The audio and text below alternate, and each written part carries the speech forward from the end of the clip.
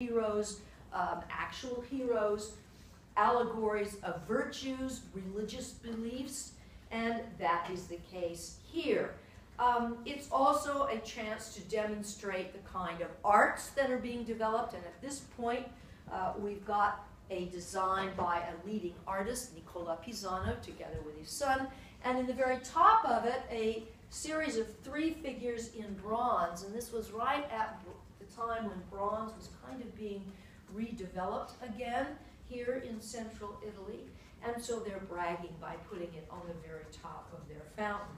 There's some wonderful innovative sculpture here, both in the source for the water supply or in these elegant, marvelous figures that we think were designed here for this, in fact, maybe by Arnolfo di Cambio.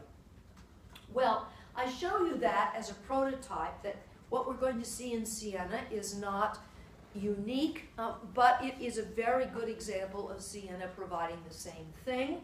A decision made by the priors in 1406 and for their city. Now remember, Siena is to the west of Florence, to the west and the south. I must say, I think everything's cold this morning. So much mechanical classes.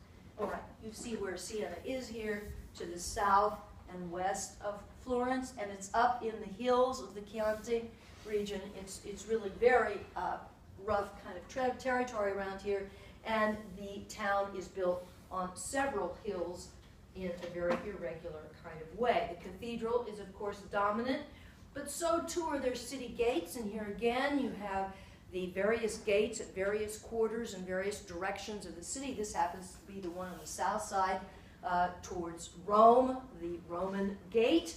And you see in various imagery of the city, often the major monuments will be depicted.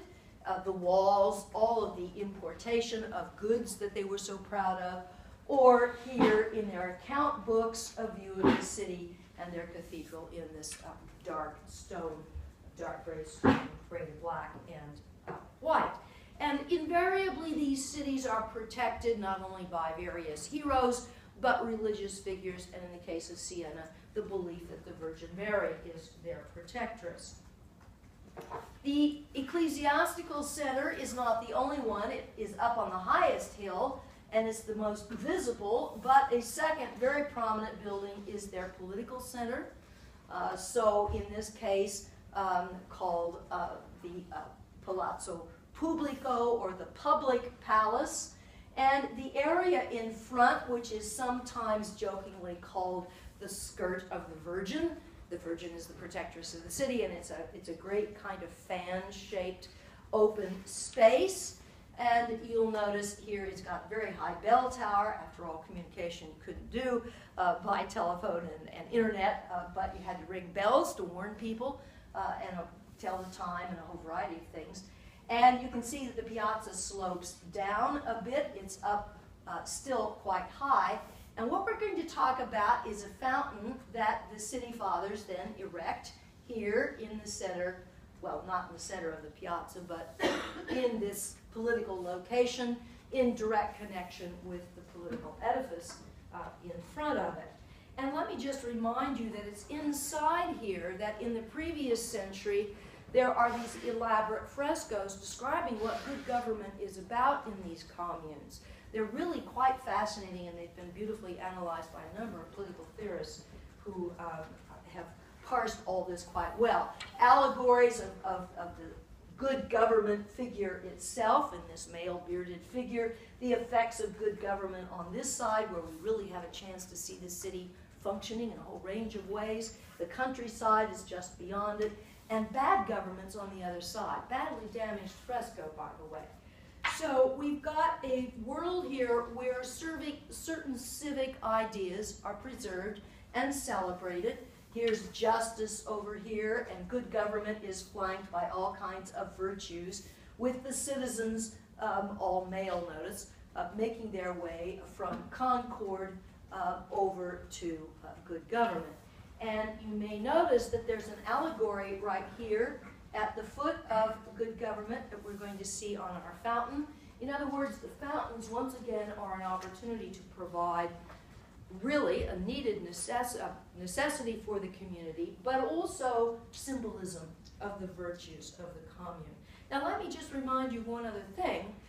The piazza is a place also for games from very early on, where we have a horse race that's still held today on sort of two different occasions, but known as the Palio, where the different sectors of the city, 10 are selected out of the larger number, and they race in this disastrous, actually, site. They put dirt down on the piazza pavement, but it's still a really dangerous place to ride horseback, which they do bareback, and there's, again, a lot of civic activity. Still today, it's obviously become a tourist attraction, but it's a long-standing, and I don't remember the date for this, but it goes way back. It's founded in the medieval period. All right, so our fountain, which doesn't look very distinguished here, not in the same way that Perugia's was, nevertheless is very, very important. And this is commissioned from Jacopo della Quercia, that third important sculptor who was competing for the baptistry doors in Florence, but whose competition panel we don't have. This is an amusing photograph because you can see all the students here who gathered in the shadow of the bell tower because the piazza in the summer is really hot. Well, Jacopo's fountain, which was erected by, it was commissioned in 1406, but it was really finally in place by 1419, is in fact in really bad condition and is finally taken down in the later 19th century and then replaced with a reproduction. So what we see today is the reproduction, and these figures used to be in the Palazzo Pubblico for display, and they're now in the hospital, which has also now opened a large museum section. This is a view of the reconstructed whole. There are a lot of figures here. There's a dominant figure of the Virgin Mary, remember, the protectress of the city. There are other saints who are important to the city. And as with a lot of these public commissions, there are virtues that are also included, and they're scattered around here. There are images of wolves all along, and that's of great importance, as we will see, because there are also two figures included here that you don't see at the moment, which are two of the ones, or one of the ones I want you to know, together with one allegory or one biblical tale that we'll see here in a moment. So just to show you what this reconstructed view looks like, it's really quite effective. Here are all these wolves all the way around spouting out, and of course everybody throws coins in the fountain hoping they'll come back, but otherwise it looks pretty new. And here a reconstruction of the Madonna and angels in this case. This is the actual piece, and you can see they were in pretty bad condition by the time they were finally removed. This is one of the figures that I have asked you to know, and I think it was this one I asked and not the other one, of the Acca Laurentia, who is, at least it's thought that's what it is, and it is said to have been, I'm sorry, it's the other one that I've asked you to know. This one is thought to have been the foster mother of Romulus and Remus, and you've probably heard of Romulus and Remus before, often thought to be the founders of Rome. In the case of Siena, they too claim that they are founded by Romulus and Remus. And so here the two children are. People are not certain that's who this represents. It could represent Charity, which is often thought to be a female figure with children, being nurtured. But this is one of the figures. This one is the one I've actually asked you to know, the Rhea Silva, who is said to be the real mother of Romulus and Remus. Done pretty late by Jacopo. All these are Jacopo della Quercia. And you can see here this rather svelte-looking semi-nude figure with these very animated children. And it is partly inspired by the antique, although you could say he's more curvilinear than some of the antique models. These figures would have originally, these two female figures, would have originally been up on the top of the fountain, and we actually have this early drawing so that we know more about what it was really to be like. And here they stand. So the idea is that your founders of both the real mother and the foster mother who discovered them in the river would protect the city along with the Virgin Mary and the saints here gathered all around the water. And the reason the wolf is important is because the wolf helped nurse these children. And here in our painting earlier are Romulus and Remus and the wolf who took care of them.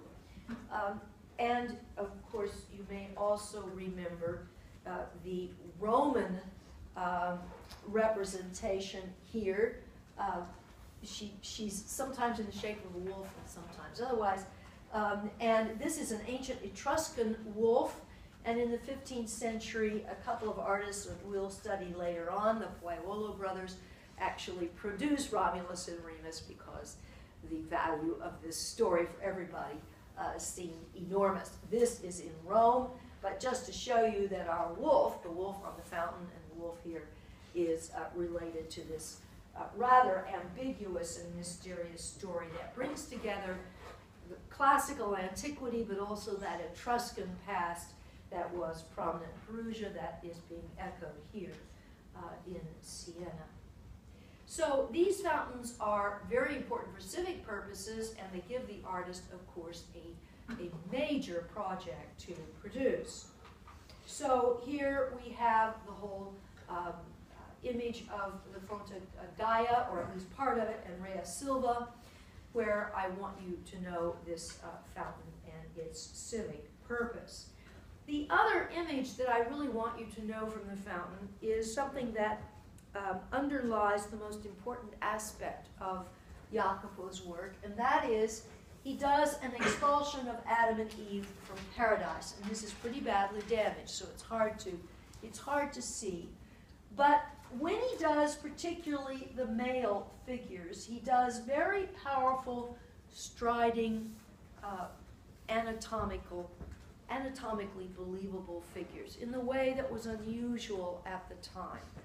And Jacopo seems to have had a particularly powerful way of handling particularly the male nude, and as we'll see in Bologna, this will have enormous impact on, of all people, Michelangelo at the end of the century. So here, Adam and Eve are being driven out of paradise, and their position on the fountain would have been over on the right side. And here you can see a little bit more what a powerful figure we believe it actually was. So here you have an opportunity to really study and see what will become a theme all the way through for us, and that is the handling of the human body, which is more and more understood. At this point, we don't think they were dissecting anything, but by the third quarter of the 15th century, artists were beginning to have access to usually corpses of criminals, and they began to study the structure of the body more than just the kind of repeated cliches about what the male body ought to look like in a representation. And here's our wolf again. So this is a very important, very early project of Jacopo. It's not the only one. In fact, he does a second big project in Siena, which is to design the baptismal font in the baptistry, which, unlike Florence, does not stand separately from the cathedral, but is tucked in down here at the back of the cathedral. You have to climb stairs to get in the front. So this is the baptismal area down here in the back. You have to climb down all these stairs, and it's over here in this highly decorated 14th century cathedral. And inside, it's Jacopo's design of this whole upper marble baptismal font. And I'm not so interested, I do want you to know that he's done that. I mean, he does a number of things. But it's primarily a couple of bronze reliefs, one in particular here on the base, done by Ghiberti and by Donatello,